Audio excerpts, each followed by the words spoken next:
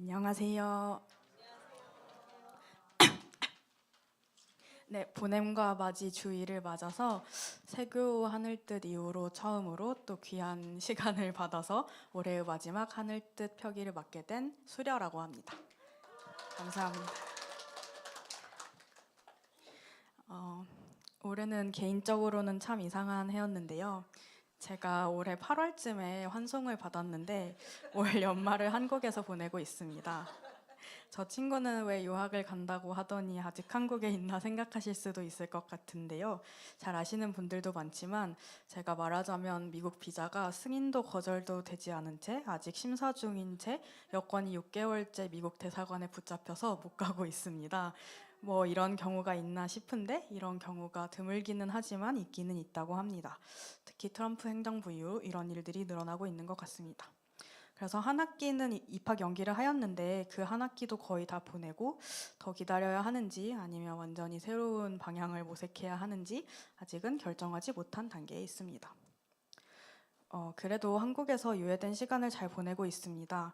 세상에 어렵고 부당한 일이 얼마나 많은데 그게 그렇게 어려운 일도 아니야. 어떻게든 즐겁게 지내고 있으면 되었지 하기도 합니다.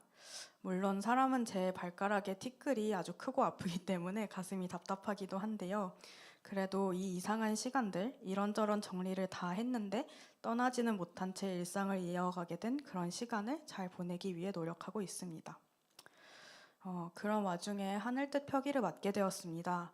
선뜻 맡겠다고는 해놓고 막상 하려고 보니 도대체 무슨 이야기를 해야 하나 많이 고민을 했습니다.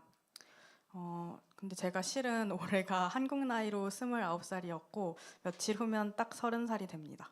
그래서 20대를 약간 돌아보면서 이것이 하늘 뜻이기를 바라며 저의 이야기를 조금 하려고 합니다.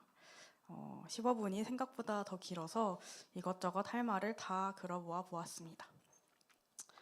많은 20대가 그렇듯 저의 20대는 방황의 시간이었다라고 썼다가 다시 고쳤었습니다. 방황이라고 하기에는 그렇게 화끈하지는 않았던 것 같았습니다. 미지근하게 가끔은 도돌이표처럼 지겨웠다가 사소한 것으로 괴로워하고 용기 내는 일을 망설이고 지금은 별것 아니지만 그때는 세상에서 제일 중요했던 일들로 걱정하며 그런 시간이 참 많았습니다. 거의 대부분이었던 것 같습니다. 좀 더 어릴 때 대충 10년 전쯤에 상상했던 미래와는 꽤 다른 현재를 맞이하게 되었습니다. 지금은 그때의 저를 온전히 이해하기 어려울 정도로 스스로에 대한 비관적인 태도가 더 컸던 것 같습니다. 인생 전반에 대한 고민과 두려움도 매우 컸던 것 같습니다. 여러 가지 맥락에서 도대체 어떻게 살아야 할까? 그런 질문을 늘상 달고 있었습니다. 하고 싶은 일도 해야 할 일도 많다는 사실이 버겁고 사람들이 청춘이 아름답고 빛나다고 말하면 그것이 어렵고 왜냐하면 나의 현재는 그러지 못하니까 언제나 나이면 20대를 생각하면 까마득함이 있었습니다. 20대는 너무 길고 살아내야 할 날이 너무 많다는 것이 두려웠습니다.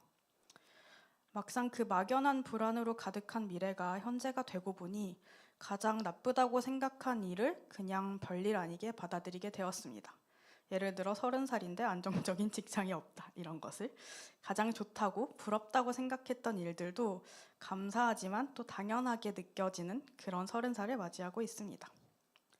성경 본문을 어떻게 골라야 하나 고민하고 있었는데 동생이 문득 저에게 문자로 전도서 말씀을 보내주었습니다.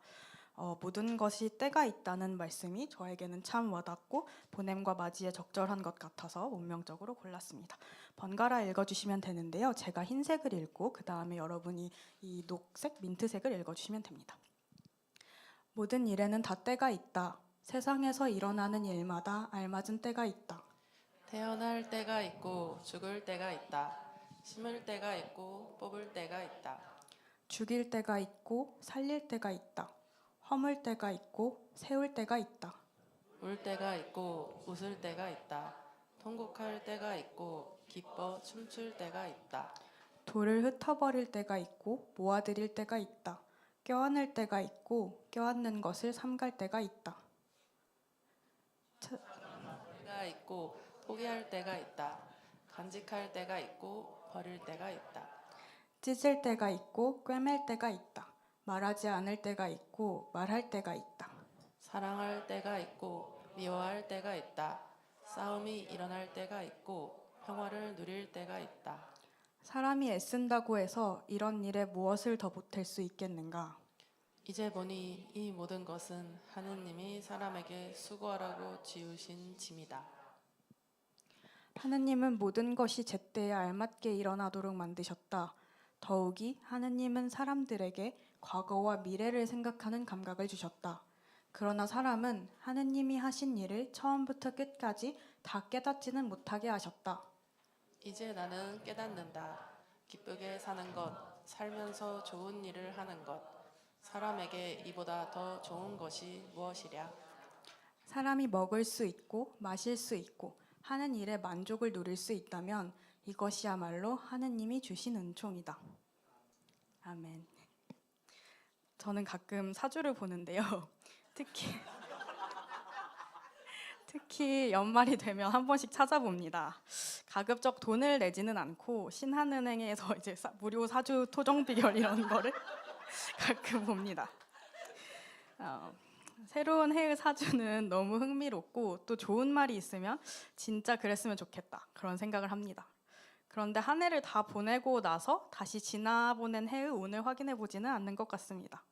이미 지난 운은 별로 중요하게 느껴지진 않고 그게 좋건 나쁘건 이미 나에게 일어난 일이니까 궁금하지가 않습니다.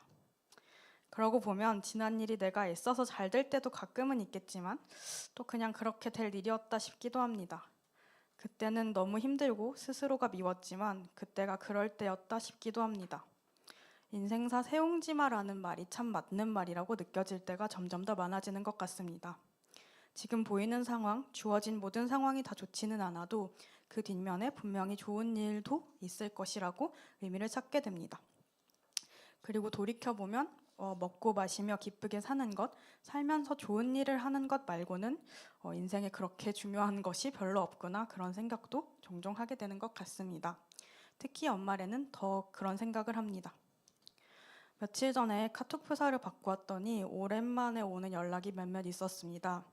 506호라는 카톡 프로필명으로 안부 인사가 왔는데 어디에 있는 506호지 하다가 서울 할머니랑 살던 시절의 이웃분이구나 하고 뒤늦게 떠올렸습니다. 저는 대학을 휴학도 없이 5년을 다녔는데요. 그중 4년간 서울 할머니와 살았습니다. 서울 할머니는 저의 고등학교 친구의 어머니의 베스트 프렌드의 시어머니이셨습니다. 그러니까 같이 살기 전에는 전혀 모르는 분이죠. 그런데 제가 대학교 1학년 때 학사 경고를 받고 기숙사에서는 잘리고 겨울방학에 집에 혼자서 누워 있었는데 갑자기 전화가 왔습니다. 할머니가 어느 신도림 아파트에서 혼자 살고 계신데 혹시 할머니랑 살 생각 있냐고. 남편분이 돌아가신 지 얼마 안 되었고 방이 하나 남는다고. 그래서 그 남는 방에서 오래된 옷과 사진과 김치냉장고와 함께 할머니랑 살게 되었습니다. 서울 할머니는 얼굴이 하얗고 머리도 하얗고 권사님이셨습니다. 일요일에 교회에 갈 때면 손가락에 금가락지를 끼고 밍크 코트를 챙겨 입으시고 나가셨습니다.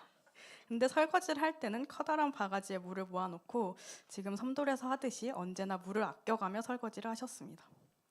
제가 살던 집은 503호였고 며칠 전 카톡이 왔다는 506호는 옆집 아주머니였는데 시골 동네처럼 부침개, 반찬, 과일 같은 것을 서로 나누어 먹고 살았던 것이 기억이 납니다.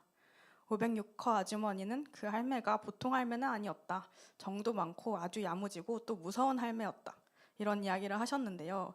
그때 당시에 그 집 며느님들이 우리 어머니가 그 대학생이랑 산다니 저 대학생이 1년도 못 가서 울며 나가는 것이 아니냐 그런 이야기를 했다는 것을 나중에 들었습니다.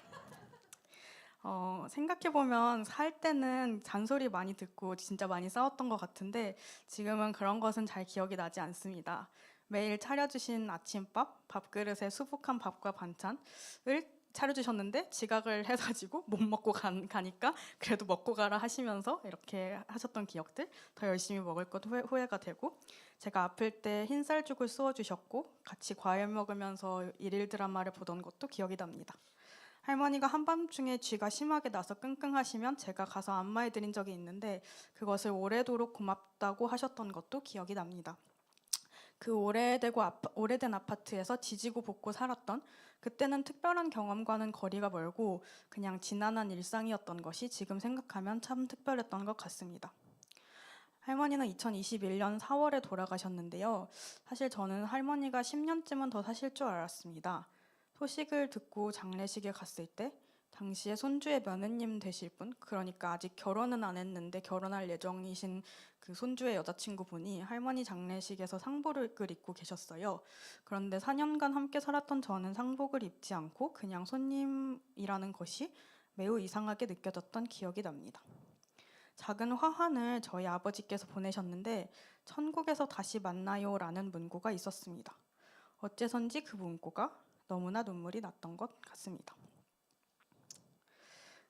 한편 또 어떤 경우에 소아의 아주 방금도 슬픈 이야기였지만 슬프지만 그래도 좀 아름다운 이야기이기도 했다고 저는 생각하거든요. 또 어떤 경우에는 소아에 더 시간이 걸리는 덮어두고 잘 살지만 또 마주하면 아 이거는 소아가 되는 종류는 아니구나 하는 그런 슬픔도 있는 것 같습니다. 2018년 2월에 저는 혼자 일본으로 여행을 갔는데요.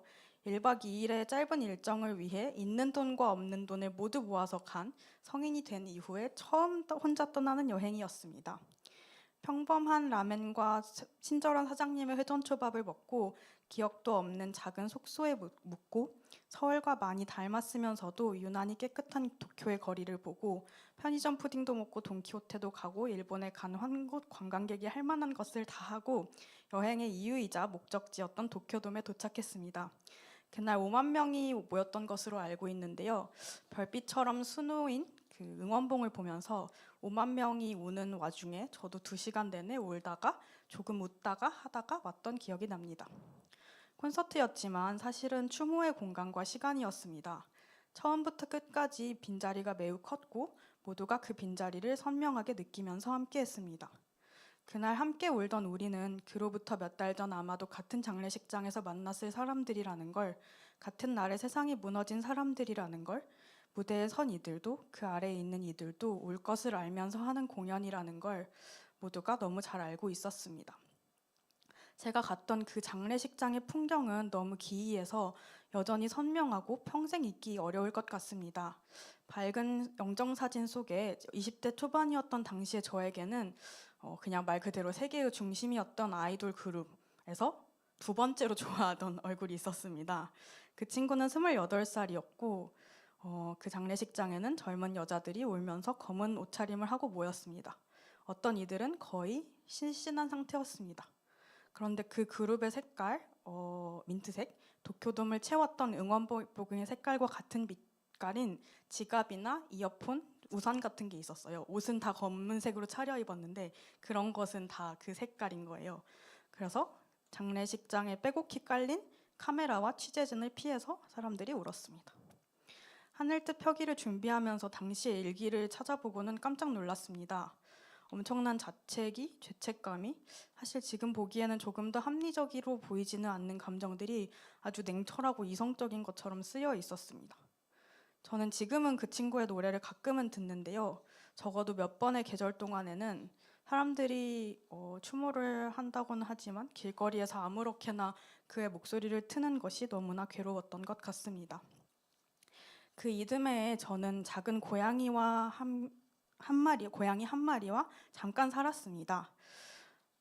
그 당시에 알바 겸 봉사 같은 것을 하던 유기묘 카페에서 저에게 임보를 맡겼던 작고 노란 고양이였고 버터와 밀가루를 섞은 색이라 이름은 루라고 붙였습니다. 루는 생일을 다 합쳐 6개월 정도를 살았습니다. 지금은 치료할 수 있지만 당시에는 아무런 방법이 없다고 여겨졌던 복막염에 걸렸던 것 같습니다. 잠도 못 자게 하던 쑥쑥 잘 크던 작고 발랄하던 고양이가 하루하루 말라가다가 병원에서 세상을 떠났습니다. 혼자서 병원에 가서 아주 뻣뻣하고 차가운 루를 만나서 그 상자를 안고서 김포의 화장장을 가는 봉고차를 탔습니다. 짧은 생의 흔적을 유골함에 담아왔습니다. 차가운 몸에서 털을 잘라서 비닐에 담아 성경책에 끼워두었습니다. 언젠가 돈이 생기면, 많이 생기면 그 털로 무언가를 만들어야지 했는데 여전히 성경책 속에 고이 보관하고 있습니다. 좋아하던 아이돌이 떠난 일도 작은 고양이를 보내주는 것도 그것이 어떤 일인지 아마도 충분한 이해나 인정을 받지는 못했던 것 같습니다. 어쩌면 지금의 저도 과거의 저의 마음을 충분히 알아주지는 못하고 있는 것 같습니다. 왜냐하면 세상에는 너무 슬픈 일이 많으니까요. 훨씬 더 깊고 가까운 이별이 일어나는 것을 지켜보면서 저도 그냥 그 경험과 시간들을 자그맣게 뭉쳐서 어딘가에 사소한 것처럼 두었던 것 같습니다. 그렇지만 당시에는 아마도 저의 세계를 지탱하던 끈들이 끊어지는 경험이 아니었을까 싶습니다. 지금보다 훨씬 기댈 곳 없고 스스로를 몰랐던 저에게 온몸에 살갗이 다 드러나 있는 것처럼 무슨 감정이든 차갑고 뜨겁고 생생하게 온전히 다 느껴졌던 시기에 그것은 참 시간이 충분히 흐르기를 견뎌야 했던 일이었던 것 같습니다. 이제 거의 끝을 향해 가고 있는데요. 며칠 전 크리스마스는 너무 추운 날이었지요. 그날 저도 참 추웠는데 많은 이들이 모여서 팔레스타인 사람 예수의 이름으로 기도할 수 있다는 것에 매우 감사하기도 했습니다. 그날 함께 불렀던 찬양을 집에 가서도 여러 번 들었습니다. 그 선한 힘이 우릴 감싸시니 믿음으로 일어날 일 기대하네. 주 언제나 우리와 함께 계셔. 하루 또 하루가 늘 새로워 라는 가사였는데요. 그 기대와 희망의 가사를 조금 다른 상황에서 들었다면 그렇게까지 와닿지는 않았을지도 모릅니다. 여전히 마음속에 남은 냉소와 비관이 믿음으로 일어날 일을 별로 기대하지 않게 할 때도 있습니다. 그런데 그 추운 날 함께 모인 성별과 연령을 가리지 않고 다양한 연대하는 기독교인들을 보면서 처참한 현실을 명확하게 인지하면서도 할 수 있는 일을 하는 사람을 보면서 구체화된 희망의 모습을 보는 것 같았습니다. 물론 희망과 용기를 보여주는 이들을 보고 들어도 두려운 것은 두렵습니다. 더 많은 장례식에 가게 되는 것이 두렵고 동시에 이별이 묻어지고 파도의 모래가 쓸려가듯이 시간이 슬픔을 가져가는 일에 익숙해지는 것도 두렵습니다. 모서리가 죄다 다른 채 살게 될까봐 그리고 그 사실조차 스스로 모르게 될까봐 그런 것도 두려운 것 같습니다. 다시 10년 후에는 이런 말을 했던 것을 스스로 어떻게 평가할지는 모르겠습니다만 저는 어떤 때를 보내고 있는 것 같습니다. 슬픔과 절망과 동경과 욕망이 너무 생생하고 뚜렷해 괴로움을 더했던 나 자신의 서투름을 온몸으로 겪었던 그리고 세상이 너무 원망스러웠던 그런 때를 보내고 있는 것 같습니다. 어두웠던 길을 걷다 보면 안개가 걷히고 과거와 미래를 연결지으며 하느님이 하신 일을 깨닫게 될 것이라는 생각을 합니다. 그리고 우리에게 주어진 또 다른 새로운 하루가 있다는 하루 또 하루가 늘 새롭다는 그런 마음으로 새로운 해를 맞이하고 싶습니다. 고양이 사진을 마지막에 넣었고요. 루고요. 네, 다 같이 침묵으로 묵상하시겠습니다.